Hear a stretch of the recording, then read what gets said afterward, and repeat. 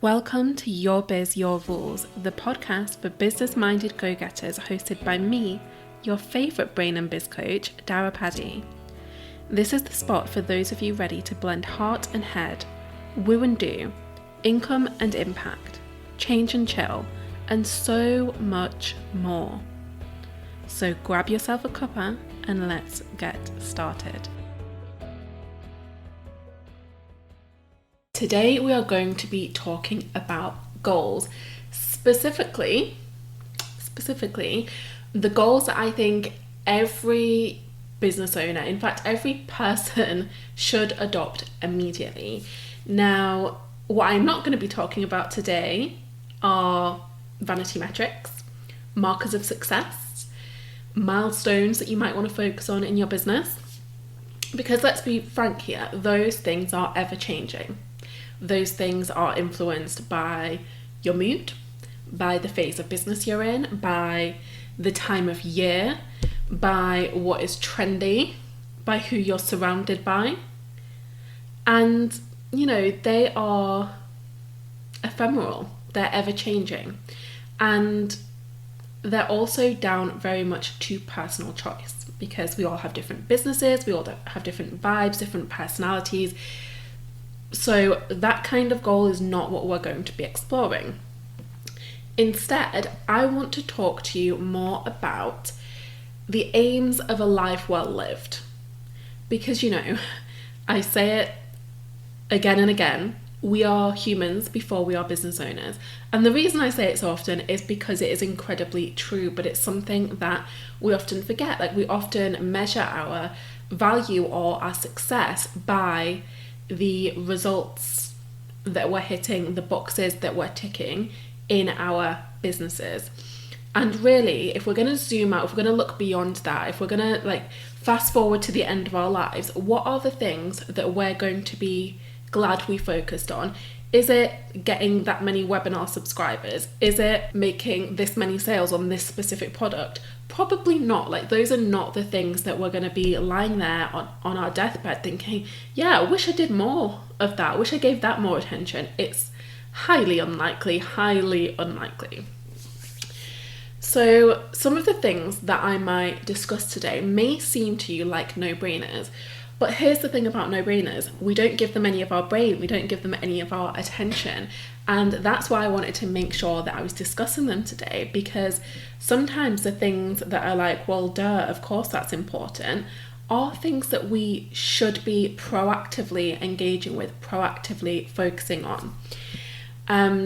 So this list of sort of lifestyle intentions that I'm going to talk you through today are very much inspired by the 13 Goals of a Witch, which was sort of summarized in Scott Cunningham's book, what was it called? I think it's called Wicca for the Solitary Practitioner or something like that. It was published in the 80s. And even though that was my inspiration for framing this topic in this way, you don't have to be witchy or believe in witchcraft or anything like that to get a lot of value from what I'm going to be talking to you about. So please don't let that influence put you off.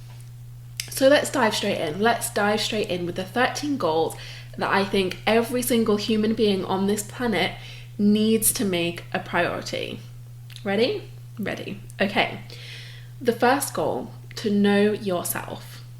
Know yourself. How many of us actually know ourselves? Really, with depth.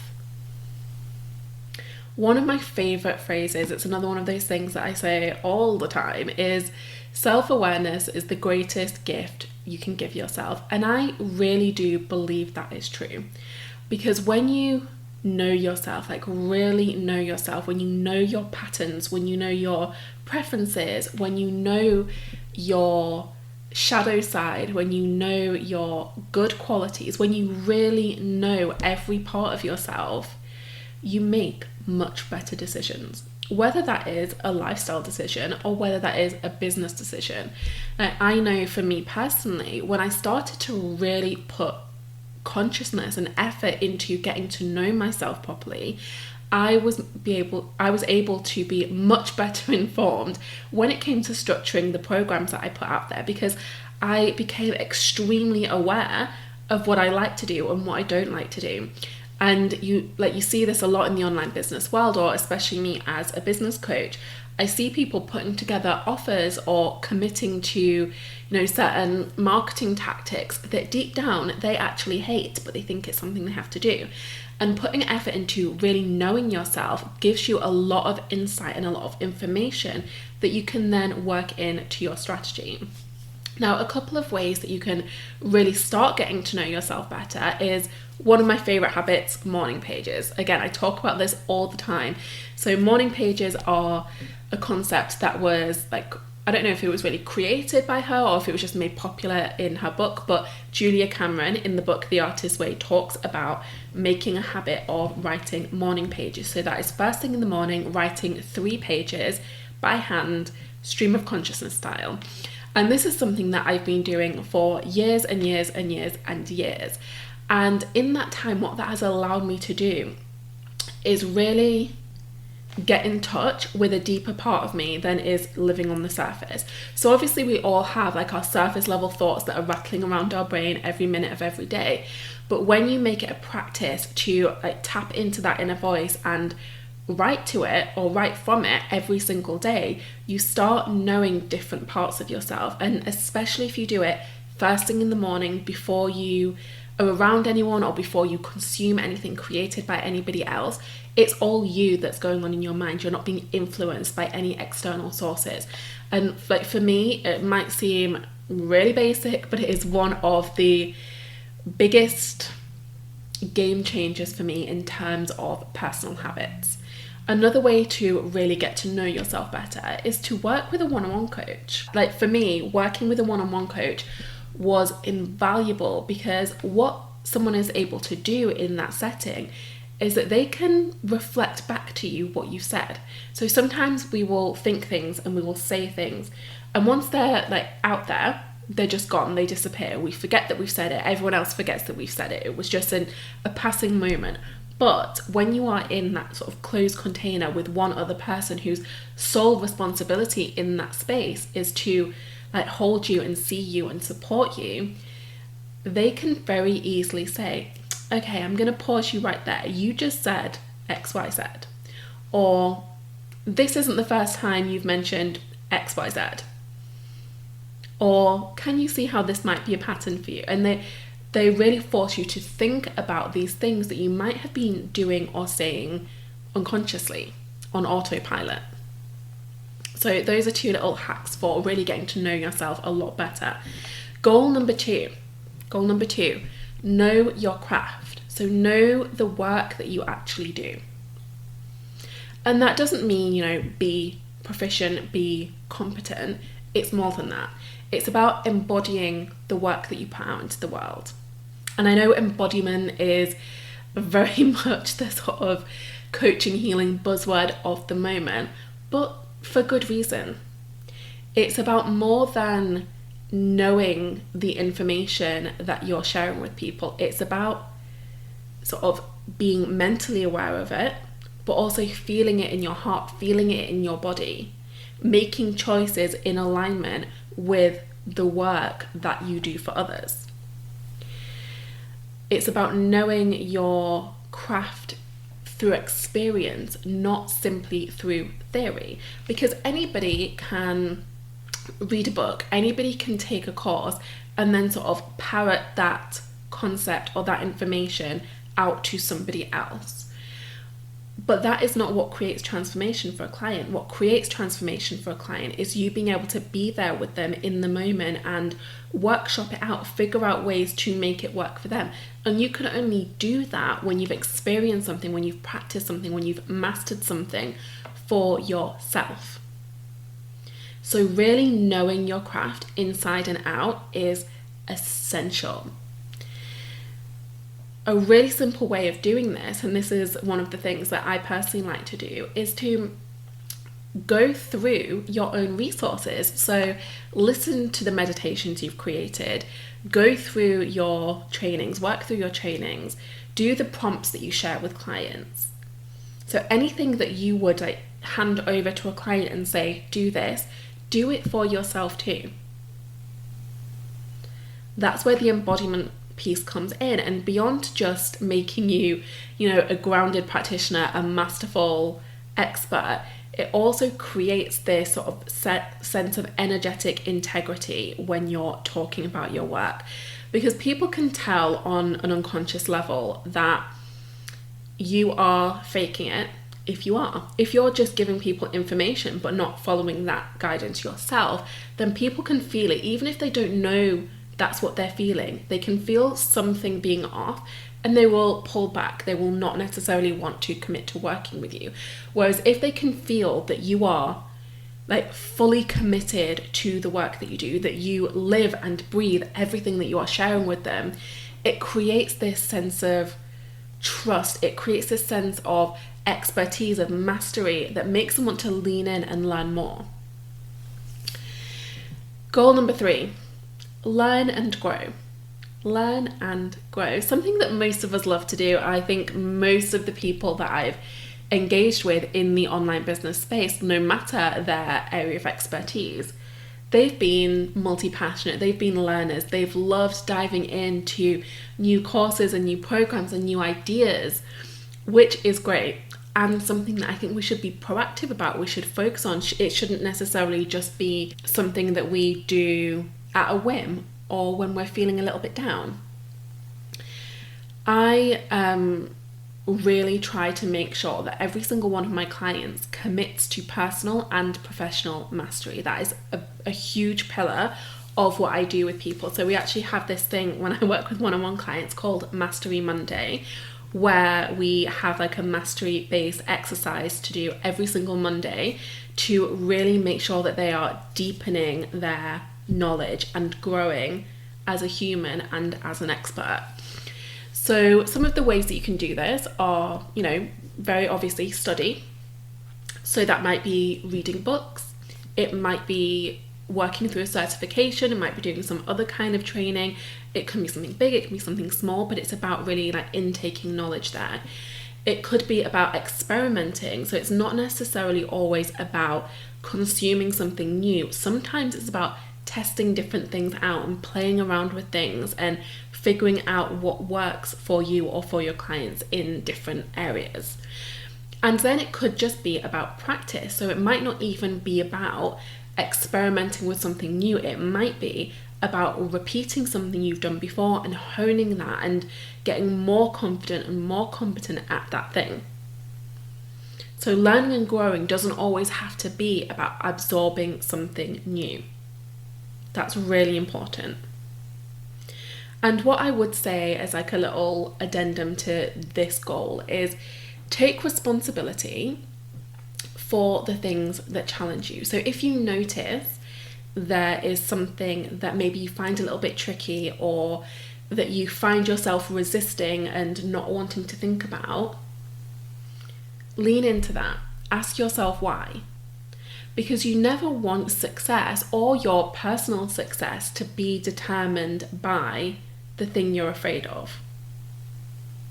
So, just put some thought into that. Put some thought into what it is that's actually holding you back, what it is that's challenging you. And maybe that's an area to focus your learn and grow time on, for now at least. Goal number four. Apply knowledge with wisdom. So we've talked a lot so far about, knowing yourself, knowing your craft, like really prioritizing learning. And now we're talking about applying that knowledge with wisdom, because it's, like I said, it's not just about taking new things in and taking new things in and taking new things in and then not doing anything with that knowledge. We have to implement, we have to, like I said, embody, we have to actually do the thing too. So one of the rules that I've created for myself is every time I take something in, I take action. So every time I read a chapter of a non-fiction book, I will take some kind of action. And that might be maybe doing a journal prompt that's mentioned in that chapter. It might be taking action on a step that they give you to do as homework. It might be writing it and sharing it in an Instagram story. It might be voice noting my friend and saying, oh, like I just read this thing, blah, blah, blah, and like teaching them what I've learned. No matter what form it comes out in, if I take something in, I will take action. And I use books as an example, but it is true of training videos, webinars, courses, anything. If I take some information in, I'm doing something with that immediately. And that's a rule that I've made for myself, because mastery is definitely one of my core values. And what I do want to say here is that you also get to be discerning. So while I mentioned that every time I consume one chapter of something, I will do something with it, I also allow myself to think critically. So I might try it that first time, but if that thing then doesn't work for me, I get to say, do you know what? That one's not for me. That doesn't work for my personality. That doesn't work for my business. That doesn't work in support of my goals. But you never know what does or doesn't work for you unless you try the thing. So apply that knowledge with wisdom, and then allow yourself to be discerning and make smarter decisions, which is of course supported by goal number 1, which was knowing yourself. So goal number 5, and this one probably feels like a biggie, but I don't think it has to be: achieve balance. Now, here's the thing about balance. Everybody thinks it's this really impossible thing to have. Everybody thinks that it is sort of one of those mythical goals that nobody can ever actually achieve. But that is so not the case. I think people think that because they don't understand what balance actually is.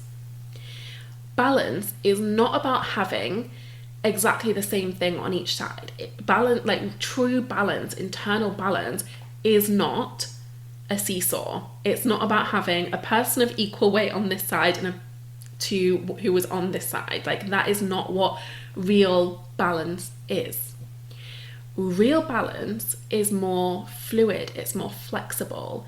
The intention, the aim is to feel steady, to feel in equilibrium. And that means giving each side what it needs at any given time. And as I'm sure you are well aware, when we are going through different phases of life or different stages of business, different parts of us need more or less. So for example, if you are in product creation mode and you're putting together this amazing certification program as an example, and you are really wanting to prioritize that right now because you've got a launch coming up in 3 weeks, in those moments that creative time, that business time needs to be of a higher priority, and it needs more of your time, more of your focus, more of your attention than maybe doing Instagram lives or releasing a podcast or going to the gym 4 times a week. And then there'll be other times of life when maybe you really want to prioritize your health, or you really want to prioritize your sleep, or you really want to prioritize time with a loved one, where you'd be like, okay, I don't need to be creating things in my business anymore because, I've already created this amazing certification. So actually, I can just focus on spending an hour a day promoting the thing, and the rest of the time can be devoted to my health and my loved one. So you see how at those phases of life, you prioritize something different. And so you don't have to give 3 hours to product creation, then 3 hours to health. That's not real balance. That's not sustainable. That's not how life really works. It's about, in any given moment, asking yourself, okay, based on the intentions that I have, based on who I want to be and what I want to achieve, what am I required to do at any given point? Does that make sense? So again, what makes you steady can fluctuate at any given time. And this is where that knowing yourself piece comes in again. So that self-awareness of knowing what makes you feel steady is really, really helpful. Because I've talked about, giving attention to different types of goals, which is a piece of balance.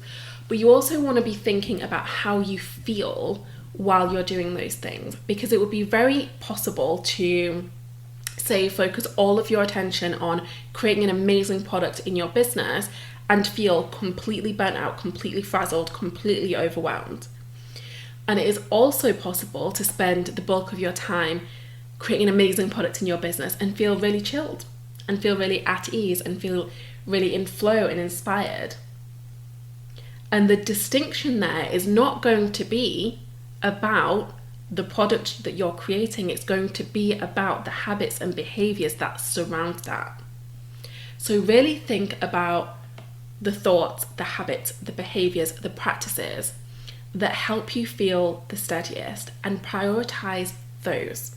Because then the actual tactics, the actual action that you're taking in your life, in your business, is going to feel good, is going to feel reasonable, is going to feel doable, no matter what. And another thing that might help you there is to notice the thoughts, the habits, the behaviors that stop you from feeling steady. So if you know that maybe when you start staying up late and like watching 12 episodes of something on Netflix every night before you go to sleep, that's when you start, you know, like tipping the scale in the other direction, because that's when you start feeling more tired, and then you wake up feeling irritable, and then you have a really short temper and a really short attention span, and like it has that massive ripple effect. If you know that the linchpin is staying up late watching Netflix, then that's something that you can address. So again, know yourself, get really aware of what impacts you in either direction, like what makes you feel good, what makes you feel frazzled, and do something with that information. Goal number six, keep your words in good order. Now, this one can be tricky if you are somebody who loves a bit of gossip, for example, or if you are, let's say, a highly emotional person or a highly sensitive person or a highly critical person of yourself or of others, that you can notice that your reaction to things can be negative. And that can be, you know, in your interactions with other people, but it can also be that monologue in your head. Like maybe you're really self-deprecating, maybe you're really critical of yourself, maybe you just notice what isn't working all the time.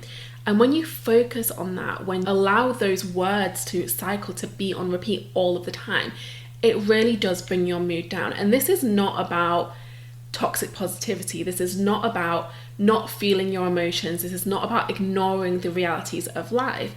This is about being smart about what you're giving your time and attention to. Because yes, we all have shit days. We do. That is a reality of being a human being. We all have shit days. We all have shit weeks. We all have shit months. Like that just happens.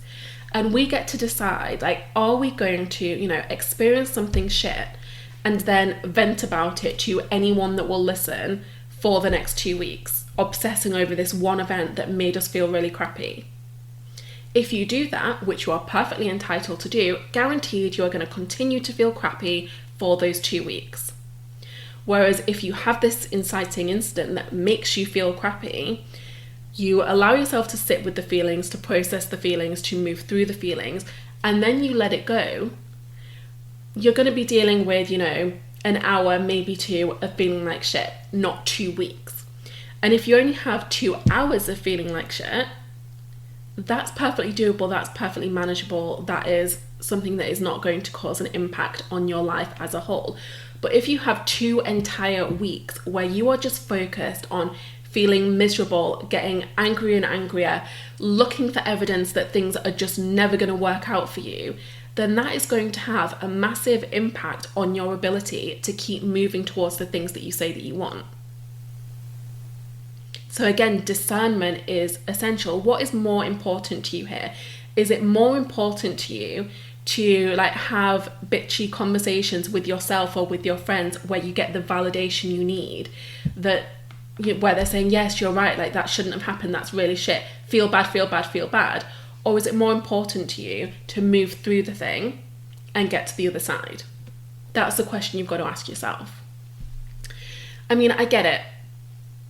It can be hard humaning, but responding rather than reacting is an absolute game changer. If you just give yourself that moment to process whatever it is that you're struggling with, just give yourself that moment. And don't do anything, don't make any decisions in that time, don't speak to anyone, maybe outside of a coach or a biz bestie. Just give yourself that time and then choose how you're going to respond to the situation afterwards. So once the crazy making moment has subsided, then decide what you're going to do. Sorry, getting a little bit passionate about that one. Goal number 7. So we've talked about keeping your words in good order. Now goal number 7 is keeping your thoughts in good order. So it's very, very similar. And again, I get it. Inner critic, very real thing. Imposter syndrome, very real thing. And very challenging things, both of them. And so when you notice that your thoughts are very negative, when you notice that your thoughts are very limiting, this is where you need something to interrupt that pattern. You need something to shake you out of that. And, remembering goal 1 again, know yourself. You might already know that there are certain tactics that pull you out of that moment and get you moving again. So it might be that all you need to do is put like an amazing essential oil blend in and it just pulls you out of that mood. Maybe it's that putting a certain playlist on does that for you. Maybe it's getting outside. Maybe it's messaging your coach. Maybe it is taking an hour off and just like watching something fun on TV. Maybe it's doing some breath work or EFT. There could be many different things that really help you sort of get your thoughts back in line. For me, one of the most helpful things is to, first of all, take a break. So I will step away from my physical environment wherever I am, whether that's at my desk or if I'm sulking somewhere else, I will move away from that spot. So I'm physically removed from that situation.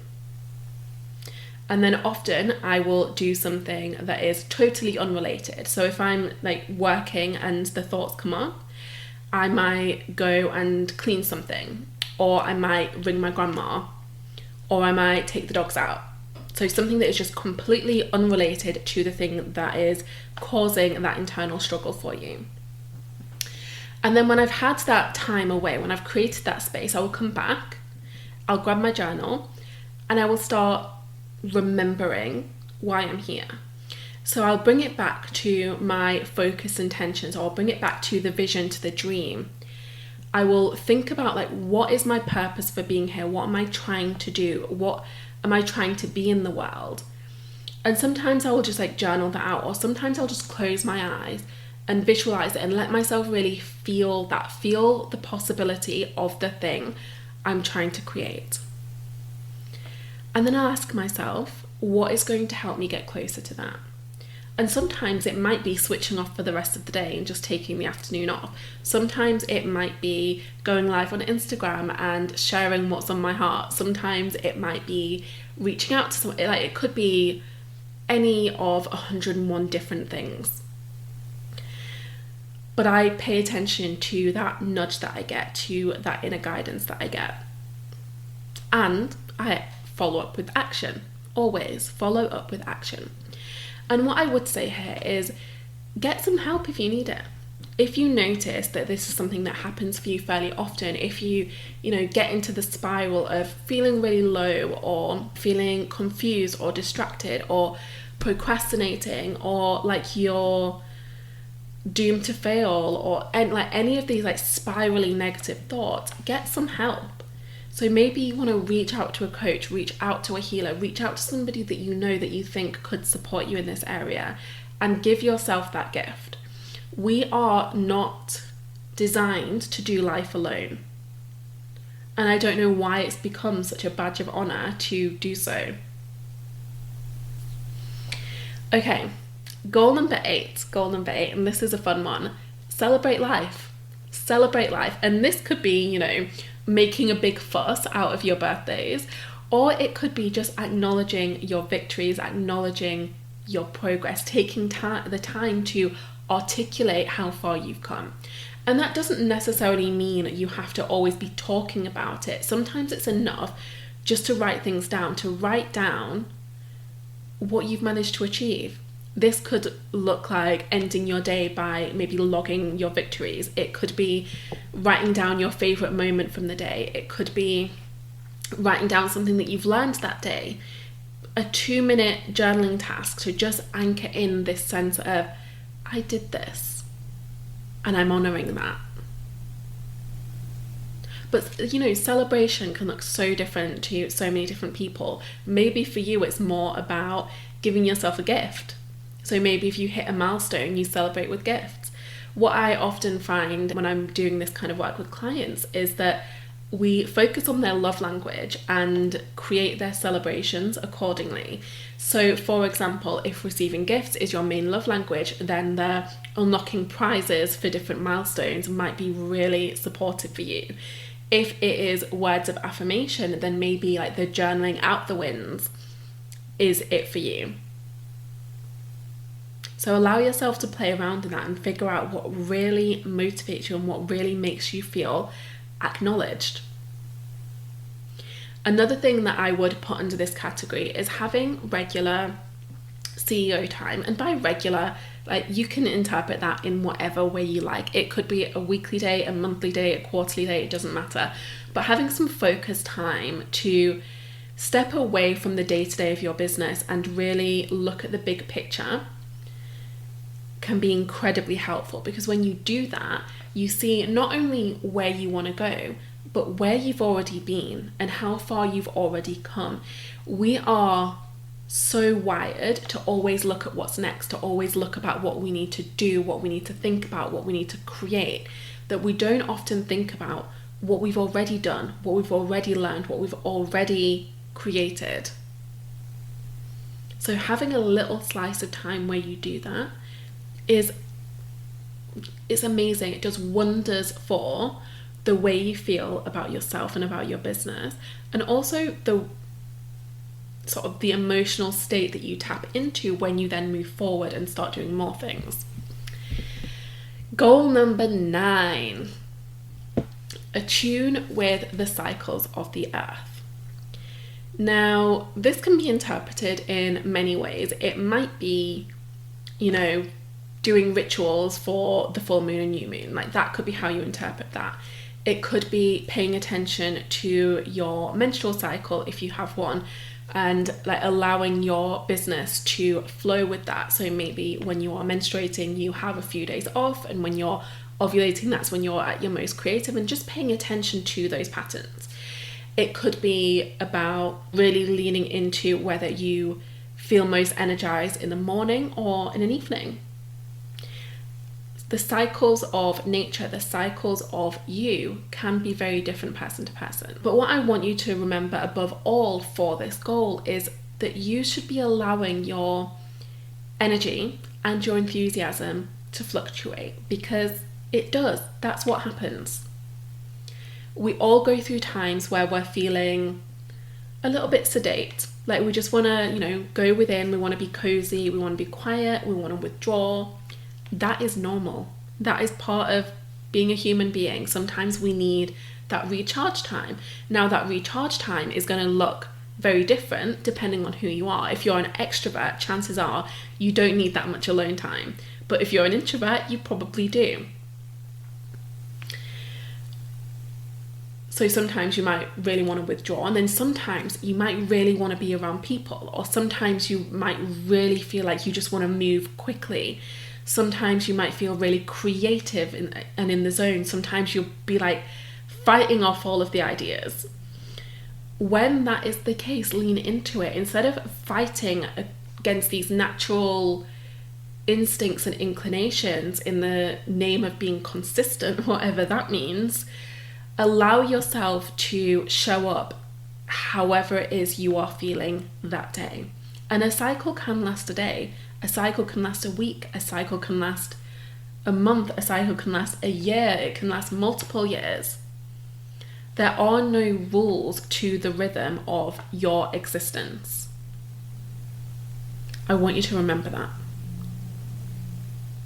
So really try to adapt to how you're feeling at different times and learn to work with that instead of fighting against what is innately you. Because when you do that, when you are in this like direct conflict with the way that you're feeling, you're not going to make any decent moves. You're not going to have great ideas. You're not going to feel good about whatever it is that you're doing in the world. You're going to feel like you're struggling. You're going to feel like everything is a slog. And I don't want you to feel that way. Okay, goal number 10, breathe and eat correctly. 80% of us are breathing incorrectly right now. 80%. How wild is that? One of the most common causes of this is that at some point we have experienced some kind of trauma. And this might be a trauma that we're fully aware of. It might be a trauma that, our mind doesn't consider to be a trauma, but our body does. Because when we are faced with trauma, what happens is we start breathing quicker and more shallowly, and we'll start breathing into our chest or our neck rather than our diaphragm. And you might notice that you also start breathing through your mouth. So if you've ever been, scared, then, your heart starts racing, you start breathing really shallowly. If your body is suffering a trauma, so even running up a flight of stairs, you'll notice that you start breathing into your chest through your mouth.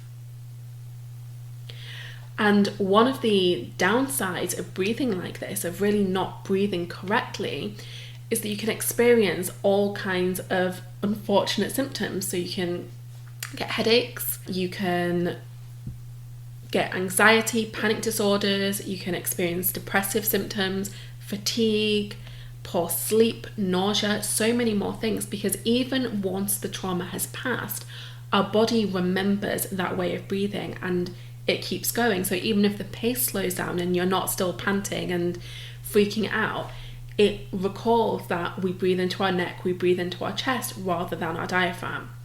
So learning more about your breath and how to breathe fully and completely can make a massive impact on how you feel day to day. You can feel more energized, more creative, more rested, generally more happy, simply by tweaking the way that you breathe. By breathing in through your nose, filling your diaphragm with air. That's all it takes. In through your nose, filling your diaphragm. Also, fun fact, we don't want to be breathing through our mouths because our nose contains a filtering system. So our nose hairs acts as a little filter. So any of the dust and gunk that's in the air around us gets filtered out and it doesn't, go inside of our bodies. Whereas if you're breathing through your mouth, anything can end up inside. Flies can end up in there. Nobody wants that. And when I say eat correctly, we are not ascribing to diet culture here. What I mean is eat correctly for you, so that you feel nourished, so that you feel satisfied, so that you feel energized. And that is another thing that can fluctuate with time. So as an example, a few months back, I learned that I actually can't tolerate gluten anymore, which is, it's a sad time because I've always been a bread and pasta kind of girly, but that's something that I've had to get on board with. And I know that, yes, I could eat bread if I wanted to, and I would feel like crap afterwards. And I do feel like crap afterwards. So it's a choice that I'm making to eat correctly for the body I have now. Goal number 11. Move the body. And again, we're not talking diet culture, we're not talking weight loss, but most of us spend an extraordinary amount of time sat in the same place, in the same position, and that is not the way our bodies were designed to be. Because beyond physical health, movement, any kind of movement, even if it's just movement from your physical environment, helps us shake off stress, improve quality of sleep, be more present and grounded, think sharper, tap into new sources of energy, and get some of our very best ideas. And this isn't, as with all of these goals, you can interpret this and make it work for you. To you, movement could look like a full-on weightlifting workout. It could look like going for a run. I will never be that girl. I am not a runner. To others, it might be a dance at their desk. They might stay sat in their seat and just have a little boogie to their favourite song. That's still movement. It could be a slow walk outside. It could be a scooter ride in the park. It could be simply like moving your position so that you're not sat upright at a desk. Maybe you're like lying on the couch, or maybe you're stood at a like standing desk for a while. Make it work for your body and your life. And remember that when I say movement, it's not about doing aerobics. It's not about like exercise. It's about allowing your body to move. That's all. In whatever capacity it can. Goal number 12. The one that I probably resist the most myself. Meditate. Goal number 12 is to meditate. Silence is powerful, and it is also deeply uncomfortable for most of us, myself included. I like to think there is always something really profound, really magical on the other side of the thing that you're resisting, which is why I try to prioritize meditation as often as I can. But it's something that I have to work at. It's not something that comes naturally to me. Now, there are many different types of meditation, of course. Some people, like the hardcore people, can sit there for an hour in total silence and meditate. Tom can do that, and I'm always floored whenever he does, because I absolutely cannot. Like, I think I would die. I would lose my marbles. Another type of meditation that can work really well for you is simply putting music on. So putting some music on and just sitting there with your eyes closed, listening to the music rather than multitasking and doing something else.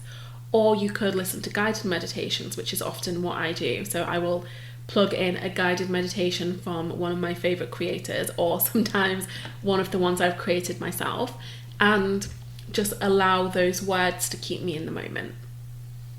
There are so many different types of meditation, like I can't go into all of them right now, but you can find something that really works for you. And again, meditation has so many benefits, both for your health and for your business. It helps you reduce negative emotions, it helps calm the nervous system, it helps you spark your imagination, and it really helps quiet the inner critic. So if you notice when we were talking about, bringing attention to your thoughts, then this might be a good tip for you. Meditate.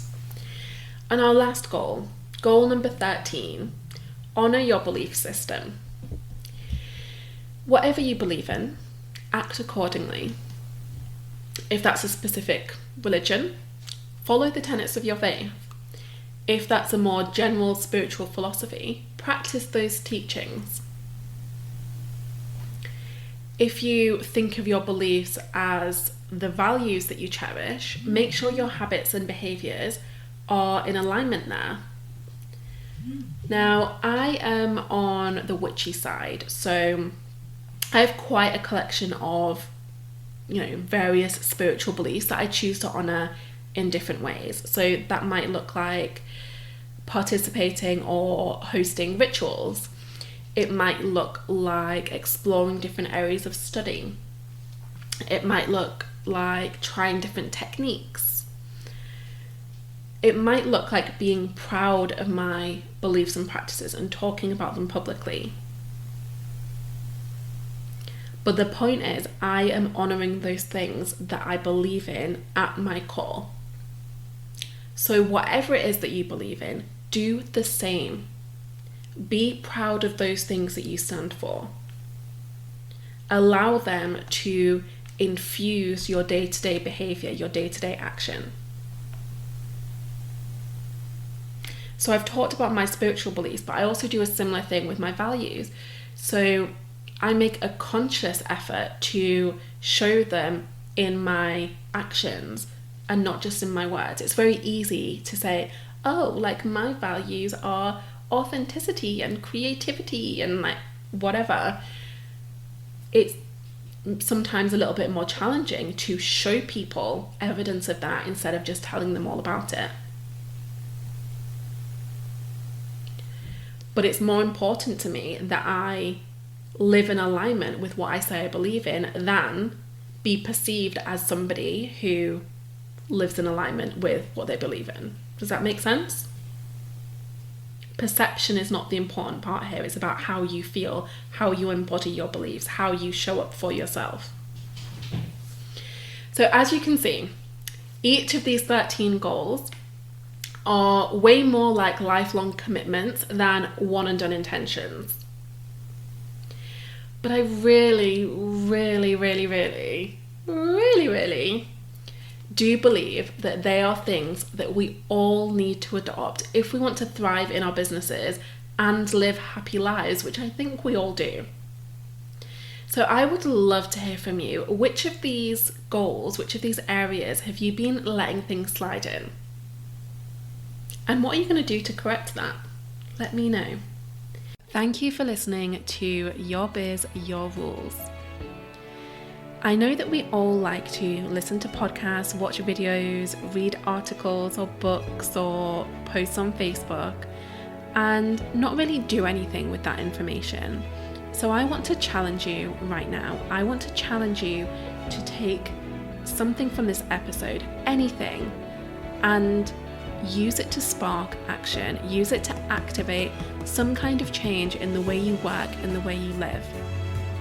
Do yourself this service today and tell me all about it on Instagram. Hop over, shoot me a DM or share an Instagram story showcasing what action you are taking thanks to this episode. And of course, do all of the usual things. Subscribe, leave a review, let me know how much you love the show, and I will be back with you next week.